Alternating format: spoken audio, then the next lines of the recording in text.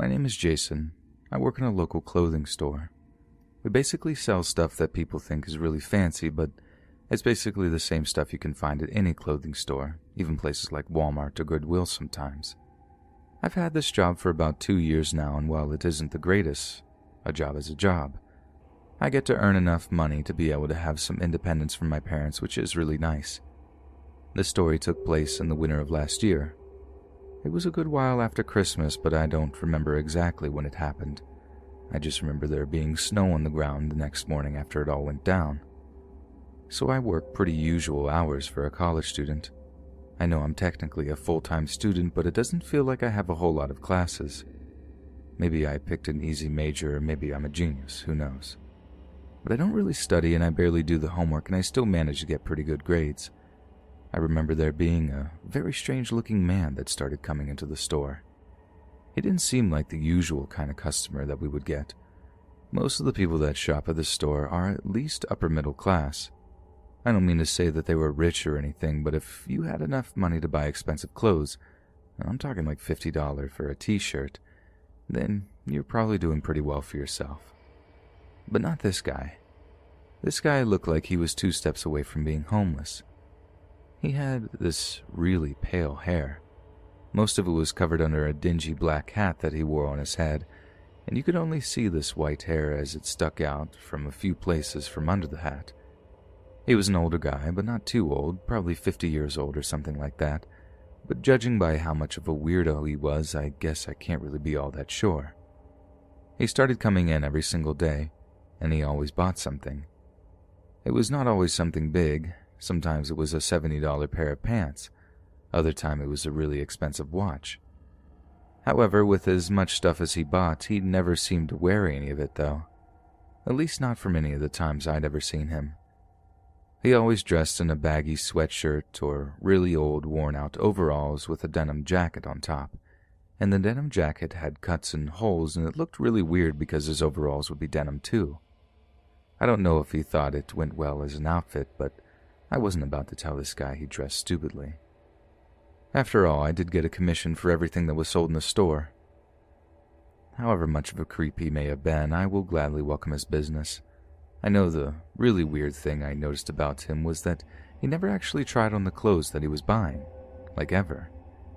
He would spend 40 minutes analyzing a pair of pants, hold it in front of himself in the mirror, feel the texture and try to look at it from different points of view, but he would never actually go into the dressing room and try them on.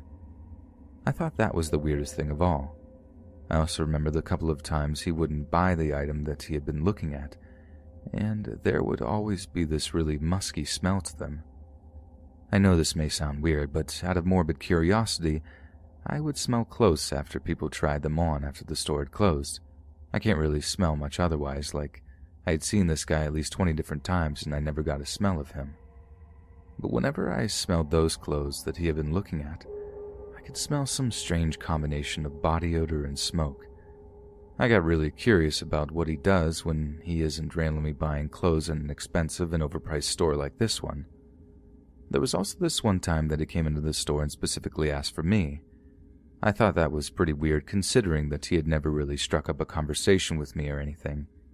Of all the times that I had interacted with him, it was always on a very formal basis, and we both said the very bare minimum necessary. It was obvious that he didn't like coming to the store, and I found myself drawing a blank, coming up with reasons as to why he kept on doing it. I didn't think too much of it, though. I was a college student, and anything outside of chilling with my friends and getting my assignments done didn't really matter at all that much to me. I remember this one night that I was doing laundry. I normally hate doing laundry, as you might imagine, but I specifically remember putting my clothes into the washing machine. I got a whiff of one of my sweatshirts that I thought smelled really weird. I smelled my sweatshirt again, and it reminded me of the smell of the clothes from this one freaky guy at my job. Well, the next day I was working my shift as usual, and here came in the same old dude. This time he was checking out a pair of shoes, literally a pair of Crocs. I didn't even understand why we had Crocs at the store in the first place. They were exactly the same as the ones you can get at Walmart, except for the fact that we charged $60 for them instead of $15. Well, this guy spent about 45 minutes looking at this pair of Crocs before he decided it was time to head out. He came up to my register and took an unusually long period of time to pay for his Crocs. And it was while he was reaching for his wallet and paying that I remembered something. I totally forgot that I don't wear my sweatshirt at work. It's against the rules. You have to dress kind of nice, which normally meant a polo shirt or a decent dress shirt. Something you could throw a vest over and look like a halfway decently dressed representative of a fashion store. It got me on this whole train of thought that made me realize that my sweatshirt didn't smell that way because I was spending too much time with this weird guy. He must have somehow gotten a hold of my sweatshirt on his own accord. I remember my heart falling to the pit of my stomach when I made the realization. I felt myself turn red and started to sweat. However, freaked out as I became, he took no notice, just kept paying for his goofy pair of green Crocs. If you had ever smelled the smell, you would understand just how distinct it really was. I mean, there was nothing in the world like it. And the more I thought about it, the more I realized that there was a good possibility that this guy was creeping on me somehow, maybe even getting into my house. I quit my job that day on the spot. I didn't want to put myself in jeopardy for a goofy retail job, especially because that guy showed no sign of ever slowing down. He was there every single day I worked. A couple of weeks after the incident, I asked some of my former coworkers if he was still showing up on a regular basis. They told me they didn't remember exactly when, but he stopped coming in right around the time I stopped working there. This only made me more paranoid about the whole situation. I've developed a couple of possible theories as to what exactly was going on with this guy, but none of them really make any sense. I've tried telling a couple of my family members about it, but they all think I'm trolling them. To this day, I still haven't figured out exactly what happened, and I'm honestly kind of worried that I never will know what this creepy guy at the retail store was doing there every day, or why he stopped going after I quit.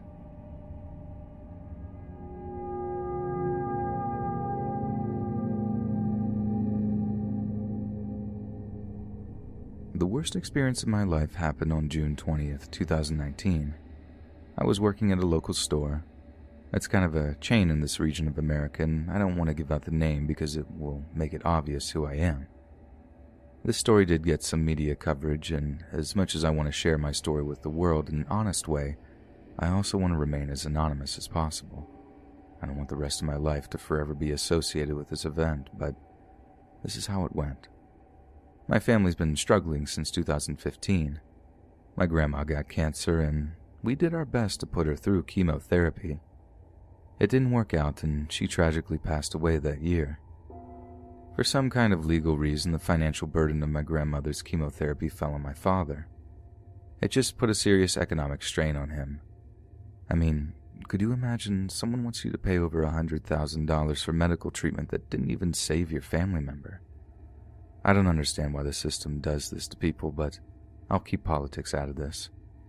It didn't ruin our family, but it did mean that our middle-class lifestyle was now going to be extremely difficult to maintain. There was a lot less food in the house.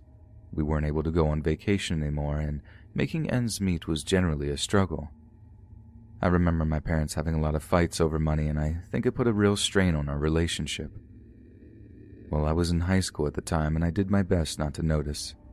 It's tough being a high school girl and not being able to afford nice clothes or makeup, especially when you were not born naturally beautiful. I remember some of the wealthier popular girls making fun of me for dressing like a bag lady, but sometimes a sweatshirt was the only thing that I had without any holes. I was an only child, so thankfully I was the only person that had to suffer along with my parents. High school went by, and don't get me wrong, it wasn't pleasant, but I got through it. And my family survived on too. As time went on, we just found ways to cope without having money. I knew that I was going to have to start getting a part-time job in school, which I was honestly kind of looking forward to. My parents told me that they would let me use my money on whatever I wanted, which I had been looking forward to for months. And that's when I got an after-school job at this local chain store.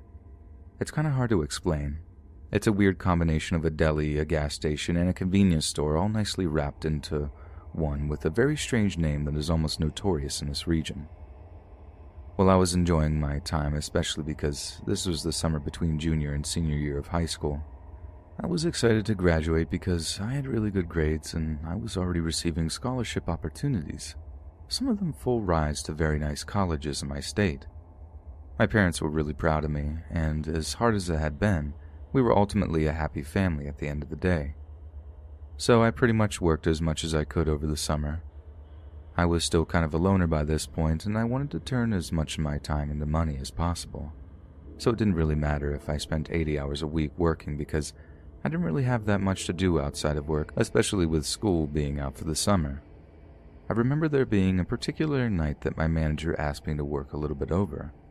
I normally started my shift at 6 a.m. and went home at 4 p.m. This was a pretty nice schedule, honestly, and work was easy enough that I really didn't mind. Sure, during the rush hours it could get a little hectic, but all the time in between was pretty chill. Well, my manager wanted me to stay until 10 p.m. that night. That was a lot later than I was used to, and I wouldn't have said yes, but I wasn't working the next day, so I figured why not. I also got double time for working, which made it even better. You see, the way this place works is that after 8 p.m., most of the bakery closes down and there are a lot less people on site. Normally, this time from 8 and well into the night, it's normally just enough people to run the register and get people to pay for gas. It normally means about 2 people working at a time. Me and this one guy I really didn't care for had to work this together. His name was Jeremy. He gave me really weird vibes and had made inappropriate comments. He wasn't dirty or perverted or anything, but he was just extremely offensive and never held back a nasty insult whenever he felt like throwing one at you. Me and him had a couple of instances where we argued, but by this point we both knew where we stood. We didn't like each other, but both of us wanted to do our job and get paid without too much of a hassle, so we were at least in a functional working relationship for the sake of our jobs. This was a weekday night and it just happened to be particularly slow. I never really worked there later shifts, so I had no idea what to really expect. And then my memory goes blank. For hours. I had no idea what had happened. I just remember waking up in the middle of the store and getting up and feeling really sick. I was dizzy and confused, and it took me a few minutes to realize where I was or what had happened. I remembered as I walked across the tiled floor, I heard a deep crunching noise beneath my feet. I didn't look down. I was too dazed, but I assumed that they were M&Ms or some kind of candy. After walking outside, I got even more confused than I already was. I went back inside and saw blood. I looked down at my shoes and noticed that I was covered in a thick, dark red liquid. I started hyperventilating, called 911. They were there within minutes. I was rushed to the hospital, and that was that. It was only a couple of days after explaining everything to the police that I pieced together what had happened. When I was at the hospital, they found drugs in my system. This surprised me because I didn't even smoke cigarettes. The drugs they found in my system were likely the kind that you find in roofies or whatever, and the police had a theory that it went something like this. Jeremy was a mentally unstable individual. He decided that he wanted to end his own life. He was kind of obsessed with becoming infamous. He even ran a whole bunch of social media accounts where he was desperately attempting to become a celebrity. Well, he figured the only way he was ever going to become truly famous was if he committed some kind of horrible crime in some terrible fashion that shocked the world. And he decided that it was going to be that night with me there. The police believed that as crazy as he may have been, he wasn't a fundamentally violent person, so he couldn't bring himself to hurt me or anything else like that. But he did have a plan. He slipped a roofie or some kind of drug into my monster that I'd been drinking during that shift. After I passed out, he shot himself in the head staring at the security camera. He even set up his smartphone on a tripod to capture it in hope that it would be used as footage on the news. I'm pretty sure they did actually use it. And when I had woken up, the crunchy stuff on the floor, or fragments, was a skull. This all had been really traumatic, and I don't know what to do anymore. I quit my job, and I've just been hanging out at my house over the summer waiting for school to start back up, kind of staring into space. My parents have been really understanding, but they have no idea how to help me. Despite our bad financial situation, they scraped together enough money to send me to therapy. I haven't had a whole lot of time to recover from this whole situation, but I do feel like I've made some progress. Some days I feel extremely apathetic. There's a big part of me that doesn't know what to do with my life now.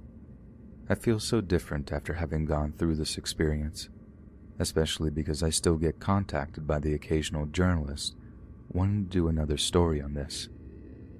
But I think this will be the final and last time that I have to relive this.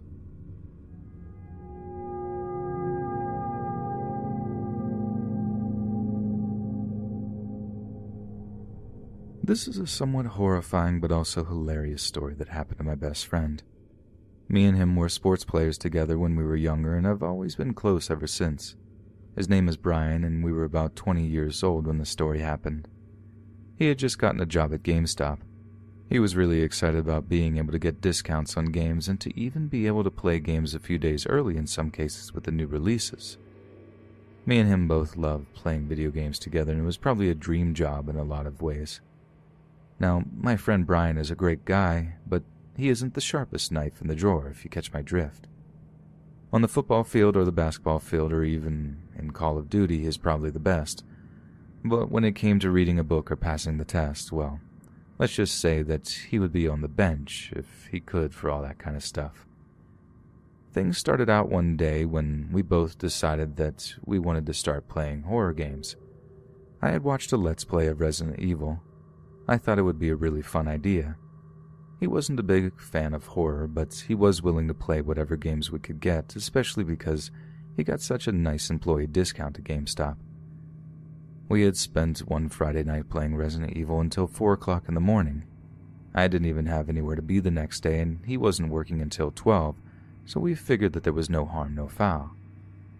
Now, before I go any further, I would just like to say that your brain is like a sponge. You absorb information and stimuli and process it in various ways. Sometimes your brain can process information in a way that you might not expect it to do. Sometimes things can really stick with you. They can really play a role in your psyche, and I think Resident Evil did that for my friend Brian. So he worked that shift the next day, and when I talked to him that night when he got off of work, he started telling me that he thought someone had been murdered at GameStop. Again, not the sharpest knife in the drawer. I started asking him more about the details, and the only evidence that he found was some random pile of blood. It was located out of the store on the side of the building where most people usually don't go. He started telling me that he thought his manager had murdered someone. I jokingly told him that we shouldn't play Resident Evil anymore. We decided for a different game that night, and I didn't ask him to play Resident Evil again, and he never asked me to do so either. So whatever psychological change happened to my friend, it took place over the course of playing Resident Evil one time for a couple of hours. Weeks literally went by, and he was still talking about the pile of blood that he saw outside of GameStop. It would only happen on random occasions, according to him. I tried telling him that there must have been some kind of explanation for it. I mean, maybe someone was dumping sauce or something from the nearby stores.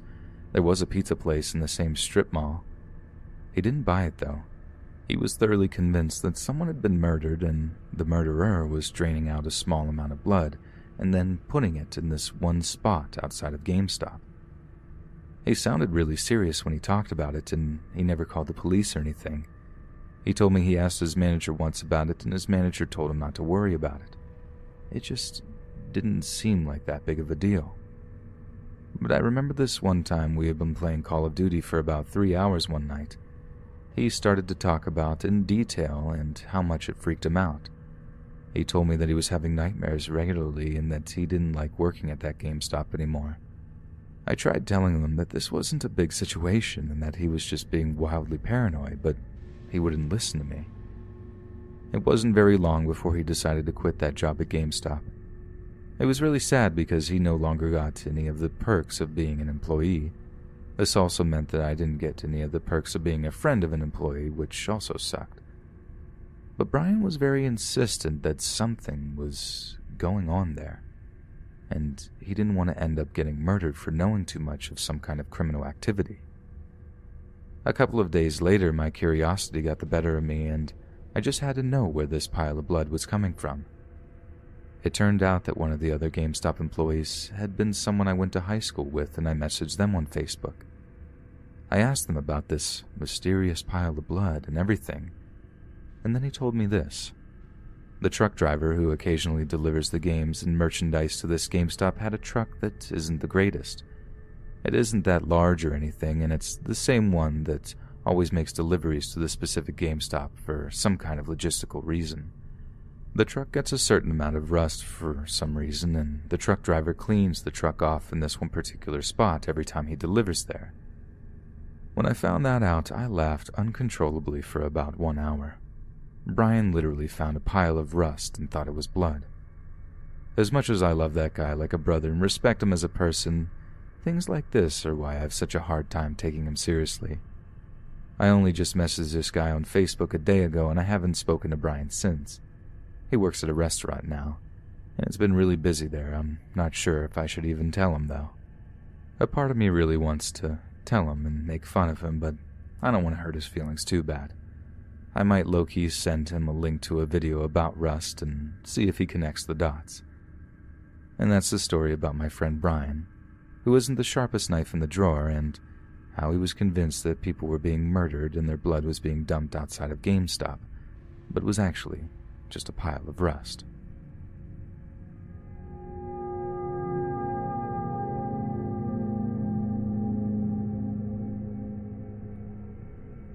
This story didn't actually happen to me. It happened to my uncle. He works at a local Walmart in our small town and actually has a pretty solid thing going on over there. I know Walmart might not seem like the best place to work, but they actually pay their staff pretty well, all things considered. He's been working there for about 10 years now, and I think he's the assistant manager or something like that. I do know that he has seen a lot of weird stuff during his time working at Walmart. Everyone knows about how weird the general public can be, especially at places like Walmart. He's told me a couple of stories that I thought were either really funny or downright creepy. But I think this one has to top them all, because ever since I heard it, I haven't gone back to this Walmart. I don't want to after knowing this. What do I do when I have to buy stuff from Walmart? I drive to the one in the next town over. And I'm not even kidding. You could literally ask anyone that knows me. I actually do it. I know my uncle wasn't trying to scare me when he told me, but I can't unsee this entire event taking place. And I'm pretty sure the only reason he actually told me in the first place is because he thought I was into horror stories or whatever. Maybe I was before this entire thing, but not really anymore. So he started off by telling me that he was trying to climb the corporate ladder at Walmart. He wants to eventually become the manager for this local store in due time. But that means putting in more work and more effort than everyone else for a very long time and hoping that your energy is rewarded. One of the things he regularly had to sacrifice was a normal sleep schedule. They don't force you to work night shift, but one of the best ways to climb that corporate ladder, at least at the local store, was to volunteer for the night shift. I think he made a few dollars more an hour, but it was never worth it. You can't really have a life outside of work when you work from sundown to sunup. This story took place on one of those night shifts a couple of years back. It was a warm summer night, humid as you could imagine, and as you might imagine, there isn't much going on at Walmart late at night. The only reason it's even open is because if it wasn't, there wouldn't be any other stores in our town open at that time. He was the senior-most person on site that night, so if something went wrong, it was his responsibility, and if he couldn't handle it, he would have to call the store manager, which is never a good idea if you want to be on their good side. Well, one of the other workers had just brought in a few shopping carts, but they noticed something weird in the parking lot. There were 7 or 8 vehicles parked on the far side of the parking lot, and it looks like people were doing something.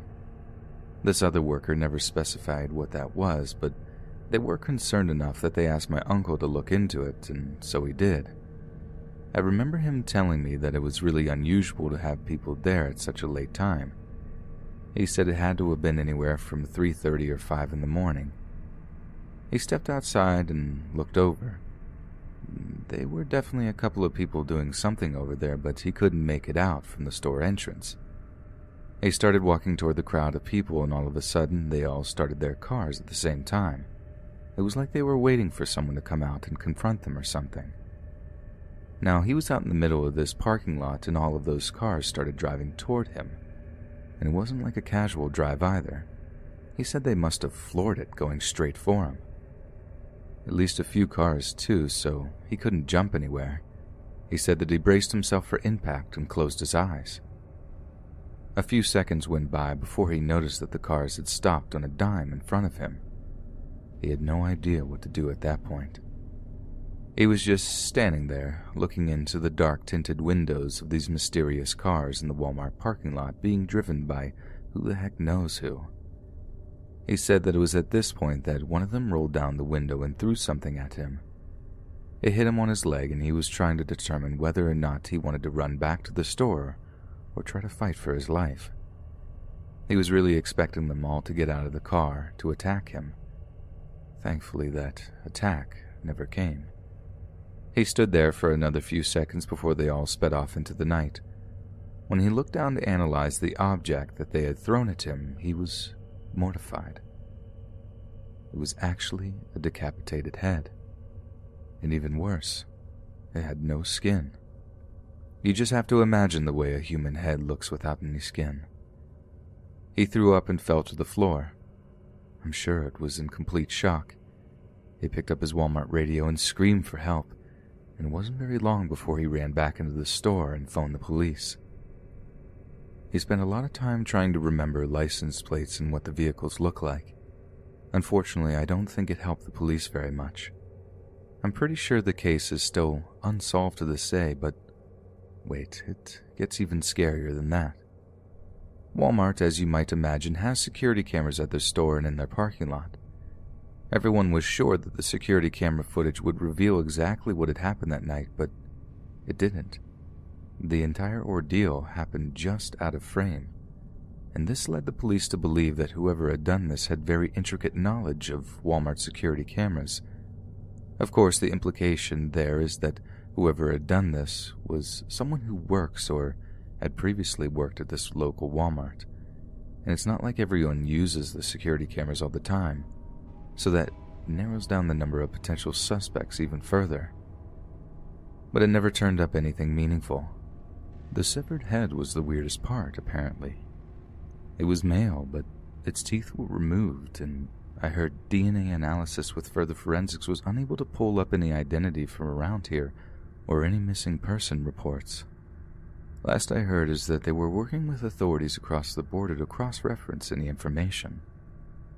Apparently every single person had a solid alibi with proof, and what makes the entire situation even weirder is the fact that it just seems like such a random crime to commit. I mean, what did they actually accomplish here? It just seems like a lot of planning and effort to do something really stupid, but I'll never understand gang activity or really who was involved. After this incident, rumors spread across town and everyone became a little anxious about going to this Walmart. I'm not the only one that feels this way. For a small border community like ours, something like this happening is a little unthinkable. It really changes the way you view your neighbors and the people that live in your area. Who would do this? And we don't know who. You just feel more anxious and suspicious of anyone that you meet. My family has told me that it seems like there are less people who go to local events like parades and such anymore after this incident, and I can't blame them. But yeah, that was my uncle's horrifying Walmart story that I still regularly think about. The reason I don't ever go to our local Walmart, and probably never will, ever again.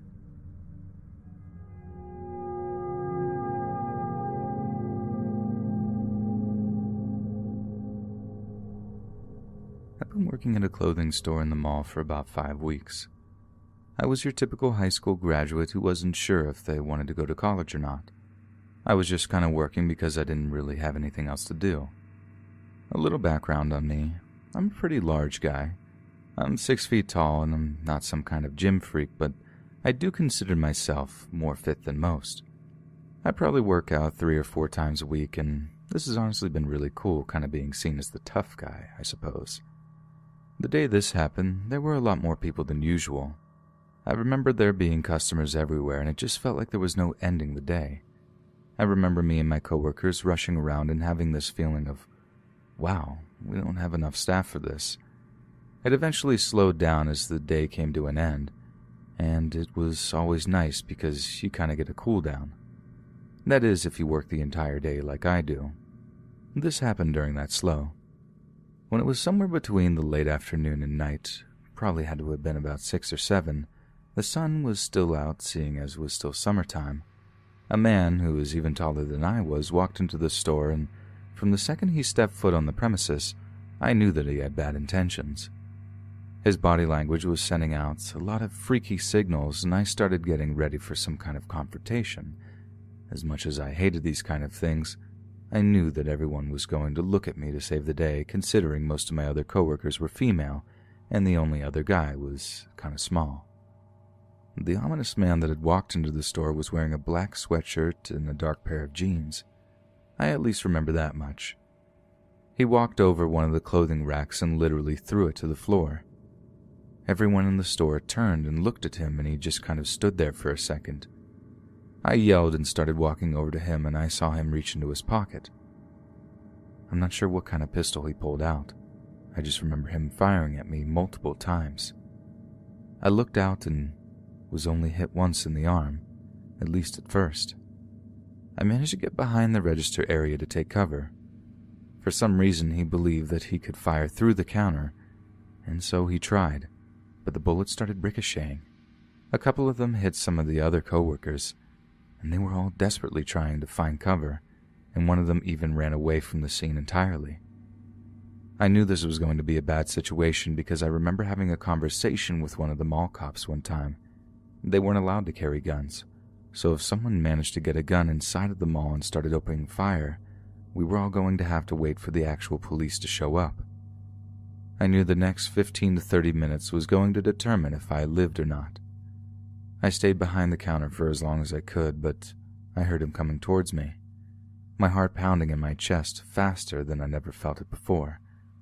I was mortified, terrified that I was about to die. And for no good reason at that. Some random guy with a gun decides to shoot up a clothing store in a mall. A few minutes have gone by and he hadn't fired another bullet.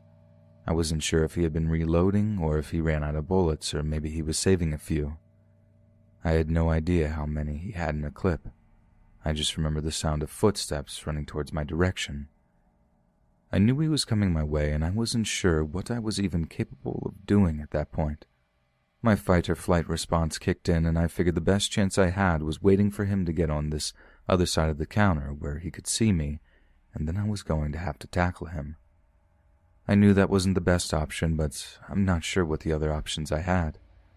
For some reason, he jumped over the counter. He landed right next to me, and this was perfect for me. He was close enough that we could get into a scuffle now, and maybe I had a chance of surviving this. I remember grabbing his leg and bringing him to the floor. He kicked me in the head, and man, that hurt. Almost knocked me out altogether, but I managed to keep going, probably only because the adrenaline my body was releasing. Once I got him onto the floor, I saw that he had dropped his gun. Considering the fact that he hadn't fired, I figured that he had been out of ammo and too hyped up to reload in the middle of a shooting. We fought on the floor for a good few minutes before someone else decided to join. I don't know why no one else joined sooner. I really could have used the help. It was just me and this deranged psychotic killer fighting on the floor of this mall for a good while. He wasn't the strongest guy in the world, but I was also fighting with a bullet wound in my arm, so he had an extreme advantage over me. He probably would have killed me with his bare hands had someone else not joined in and helped me. We managed to knock him unconscious, get the gun further away from him, and waited for the police to arrive. I remember this little experience being the talk of the area for many, many weeks. There were quite a few newspaper articles written about it all. I even got interviewed in one of them, and a journalist even called me a hero. And to be honest, nothing made me happier or more sadder in the world to read those words. It was just such a traumatic event. The guy was arrested, prosecuted, and I'm pretty sure he got life in prison. People started treating me like a real hero after this. In all honesty, I kind of felt like one. Sometimes I wonder what would have happened if I had not been there to take that guy on. There was no way any of my coworkers would have been able to fight with this guy, and if he had complete control of the situation, he could have taken a hostage or done something much worse. The bullet was removed from my arm, and unfortunately it did shatter a part of my humerus. I'm still recovering from that. But ever since this experience, I haven't viewed my physical strength as something that makes me cool or better than anyone. I view it as a way that I can protect people. I think this may have been the experience I needed because I think I might want to become a police officer after all this is said and done.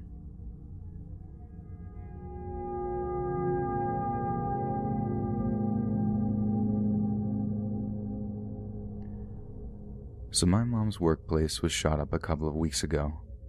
It was a really traumatic experience for her, even though she wasn't physically injured or anything.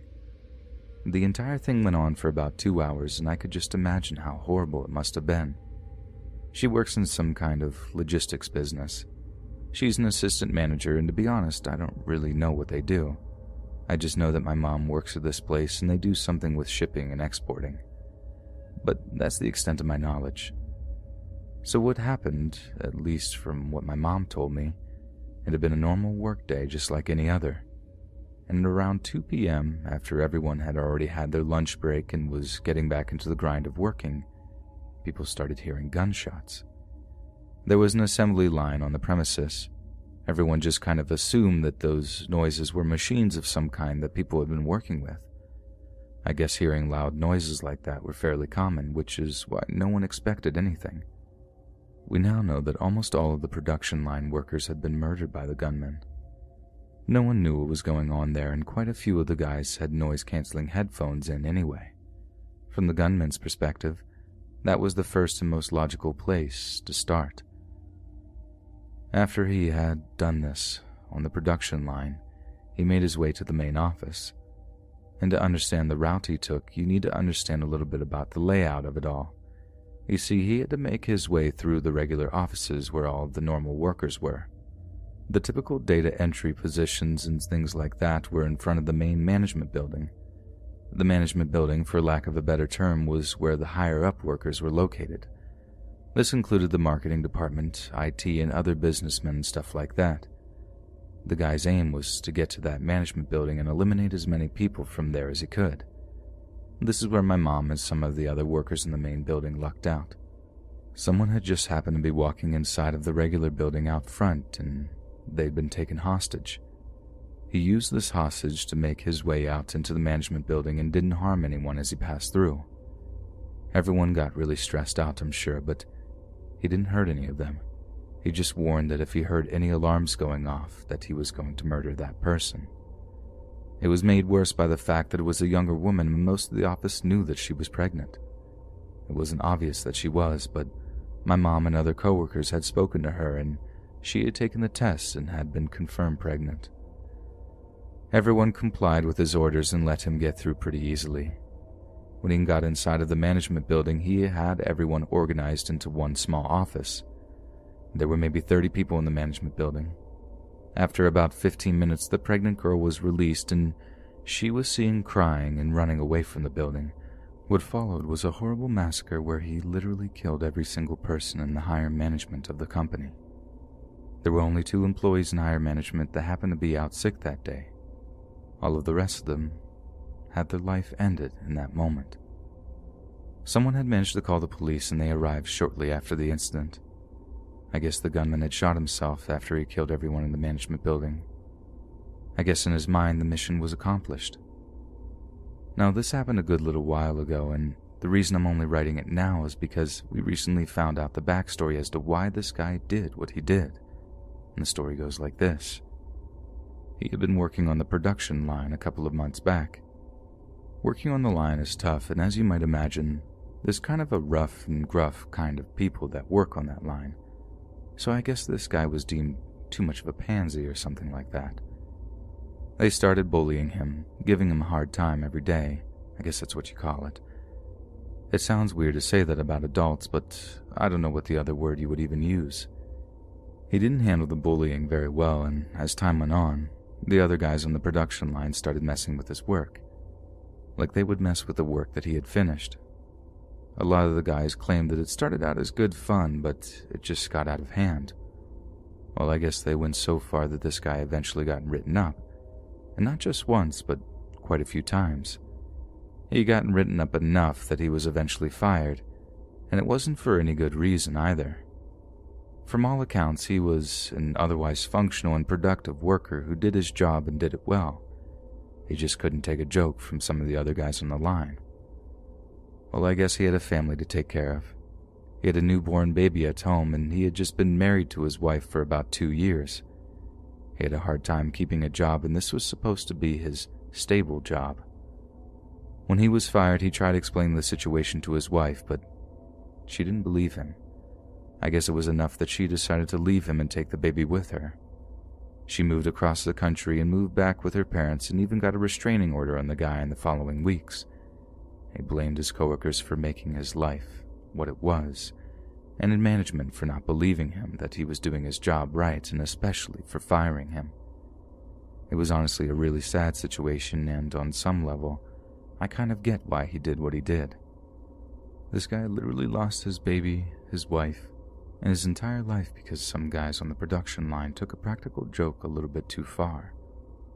The worst part is that my mom had actually spoken to him a few times while he had worked there. She said he was the nicest guy from the production line because he didn't curse or talk down to women. I know that she didn't know him well, but the fact that this guy was at least a halfway polite person in normal situations makes me even more sad about the entire situation as a whole. As you might imagine, the company is shutting down this location. They haven't been able to find enough people to replace all the management positions that they tragically lost that day. And it makes sense. Even if you could find qualified people to go there, who wants to go and work in the location that literally just got shot up by an insane gunman? Since this whole experience, my mom has started working in a library. She said that she hopes that it will be a more stable work environment and hopes to never live through a traumatic event like that ever again.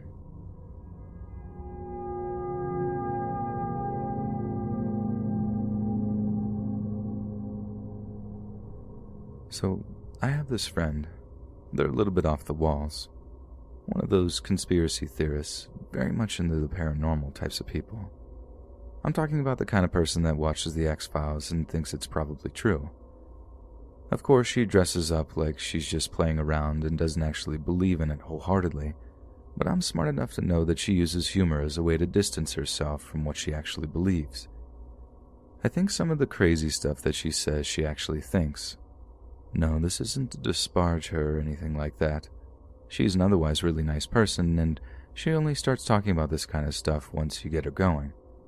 Sometimes we can go days without ever talking about ghosts or aliens or anything else like that, but if someone starts talking about feeling a spirit in the room, that's the end of it for the night. I just wanted to give you that background because I feel it's very pertinent to the story. Well, this particular friend happens to work at Walmart. There have been a lot of recent changes lately, and what happened is that she got stuck on the night shift. I'm sure you can imagine how this went. He puts someone that's into paranormal stuff on night shift, and the next thing you know, they have 1,000,001 different stories about ghosts and monsters and everything else. That's kind of how it went for the first few weeks. Every time I hung out with her, she would talk about how horrible it was to be working on night shift, and then she would start talking about all of the monsters and creatures that she would see out of the corner of her eye. I just remember thinking to myself multiple times if she actually believes that she sees stuff while she's at work. Well, as time went on, she became much more mild with the stories. I guess she had gotten used to working the night shift at Walmart. And then I remember there being one party that we went to. It was me, her, and a bunch of other people from our friend group. It wasn't one of those crazy alcohol-filled adventures as you see in movies or anything like that. It was much more of a bunch of friends getting together and hanging out. I mean, we're all adults and everything, The person whose house we're hanging out at owned the home, but I don't know what else we could have called it other than a party. Anyway, my one perceptive friend had a little bit too much to drink this night, and she started going on about her job like usual. And then all of a sudden, things took a turn for the worse. She started talking about seeing a dead person walking around the store. I remember her talking about the exact details of how he died. She claimed that he had shot himself in the heart, and she saw him walking around Walmart late at night when no one else was around. Some of our other friends were less hesitant to call her out on this nonsense, and she started getting really offended. She left that night after, and in retrospect, I probably should have stopped her from driving home considering that she was extremely intoxicated. If I'm going to be honest with you, that didn't even cross my mind until the next morning. This guy that ended his life by shooting himself in the heart became the only thing she ever talked about when it came to the ghosts and whatnot of her night shift job at Walmart.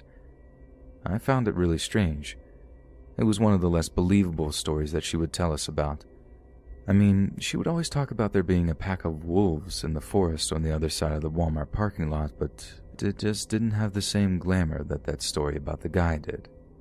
The thought of there being some zombie walking around Walmart at night that only she could see seemed ridiculous as it sounds, and I just kind of chalked it up to her own mental problems for it all. Well, a couple of months went by. She was still on this, guy shooting himself in the heart guy kick, even after all this time. I decided to do some research on this specific Walmart to prove her that no one had ever died or near the premises, especially in that way.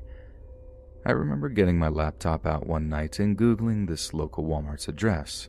I'm going to spare any identifying details for obvious reasons. I read about every single death that had occurred on this premise since the place was built in the 1980s.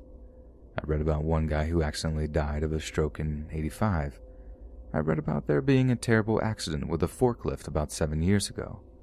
And I didn't see anything about some guy shooting himself in the heart or anything of that nature. I was just about to be done with my research, and I was in that post-research phase where I just kind of was reading about random information aimlessly. And that's when I came across the news archives that I couldn't believe. It had been written during this time that the Walmart was being built, and the story went like this. One of the crew members who was responsible for building the Walmart had some serious problems. His only son died at 10 years old, and I guess this guy never really recovered after that. He had taken his own life after working the graveyard shift one night.